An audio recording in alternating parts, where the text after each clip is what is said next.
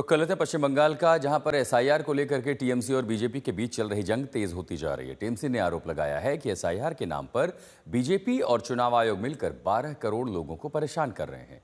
वैध मतदाताओं को भ्रमित किया जा रहा है। वहीं बीएलओ पर वोटर लिस्ट से नाम कम करने का दबाव है। टीएमसी नेता मोनिरुल इस्लाम ने चुनाव आयोग को धमकी दी है कि यदि सब ठीक नहीं हुआ तो हर तरफ आग नजर आएगी। चुनाव आयोग ने बंगाल में करीब 1.25 करोड़ लोगों को नोटिस भेजे हैं, जिनमें आम आदमी से लेकर नेता अधिकारी तक शामिल हैं। तृणमूल कांग्रेस का आरोप है कि मामूली गलतियों के लिए लोगों को प्रताड़ित किया जा रहा है। तो लगातार एसआईआर को लेकर के पश्चिम बंगाल में जिस तरह विवाद है, कई जगहों पर बीजेपी शिकायत करने जा रही है कि फॉर्म 7 नहीं भरने दिया जा रहा है। वहां वो चुनाव आयोग के अधिकारियों पर सवाल उठा रहे हैं, जबकि दूसरे राज्यों में विपक्षी चुनाव आयोग पर सवाल उठा रहे हैं। अब तृणमूल कांग्रेस के जो सांसद है वो चुनाव आयोग को धमकी दे रहे हैं कि अगर सब कुछ ठीक नहीं हुआ तो हिंसा भड़केगी, आग भड़केगी। बीएलओ के कई जगहों पर दबाव है कि नाम हटाए जाएं। अब ऐसे में 1 करोड़ 25 लाख लोगों को नोटिस मिला है। तो कुल मिलाकर के एसआईआर की जो पूरी कार्रवाई है पश्चिम बंगाल में न सिर्फ सियासत का केंद्र बनी है, बल्कि लोगों के लिए भी मुसीबत बन चुकी है। तो एसआईआर पर बवाल लगातार जारी है।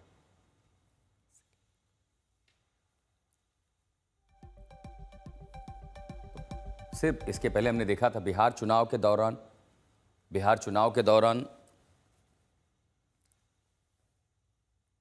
उसके बाद पश्चिम बंगाल में, और पश्चिम बंगाल का जो बवाल है ये सबसे ज़्यादा बड़ा है, क्योंकि इस बार जो सबसे बड़े चुनाव हैं उनमें से एक है पश्चिम बंगाल का। तृणमूल और बीजेपी दोनों के लिए कांटे की न सिर्फ टक्कर है, बल्कि जो लड़ाई है वो अब एक तरह से अस्तित्व की भी लड़ाई है। और ऐसे में एसआईआर में लगातार आरोप कि वोट काटे जाएंगे।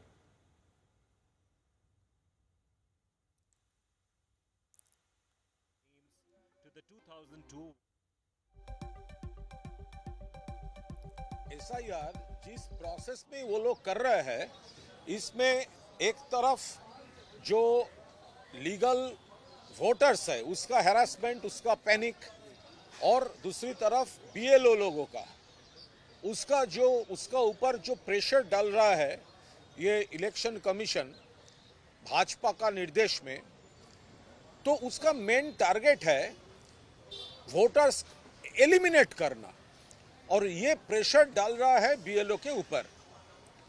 और एलिमिनेशन चाहिए, जेन्युइन वोटर्स उसका नाम बाद देने का पूरा प्रेशर लगा हुआ है। एसआईआर जिस प्रोसेस में वो लोग कर रहे हैं, इसमें एक तरफ जो लीगल वोटर्स है उसका हैरासमेंट, उसका पैनिक, और दूसरी तरफ बीएलओ लोगों का उसका ऊपर जो प्रेशर डाल रहा है ये इलेक्शन कमीशन भाजपा का निर्देश में, तो उसका मेन टारगेट है वोटर्स एलिमिनेट करना, और ये प्रेशर डाल रहा है बीएलओ के ऊपर। और एलिमिनेशन चाहिए, जेन्युइन वोटर्स उसका नाम बाद देने का पूरा प्रेशर लगा हुआ है। ये एक प्रोसेस हो रहा है, इसमें इतना दुख पाने का कोई विषय नहीं है। हम आसनसोल दक्षिण के विधायक हैं, हमारे माताजी पिताजी 80 इयर्स ओल्ड, उनको बुलाया गया, हमको तो खराब नहीं लगा। आज ये क्लेंजिंग हो रहे, शुद्धिकरण हो रहे, हमारे देश के जो नागरिक नहीं है उसको रखा नहीं जाएगा। आप जितना भी डॉक्यूमेंट्स दे माननीय मुख्यमंत्री जी, आप जितना भी मृत, शिफ्टेड, डबल, डुप्लीकेट वोटर को इस्तेमाल करें, नहीं होगा। इसके लिए हमारे पिताजी माताजी 80 years and above, Swapan Das Gupta ji, आज मोहम्मद शमीन जी, आपको अगर बुलाया गया तो यू शुड फील प्राउड। वहीं एक नोटिस तृणमूल कांग्रेस के नेता काजल शेख के पास भी पहुंचा है, जिस पर वो भड़क उठे हैं। काजल शेख का कहना है कि चुनाव आयोग उन्हें रोहिंग्या या बांग्लादेशी समझने की गलती ना करे।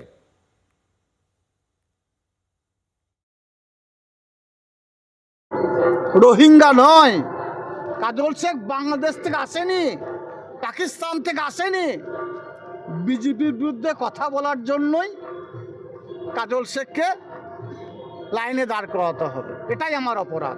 যাবেন আপনি শুনানিতে? অবশ্যই যাব, অবশ্যই যাব। নির্বাচন কমিশনের যে ডাক, সেই ডাকে সাড়া দেবো।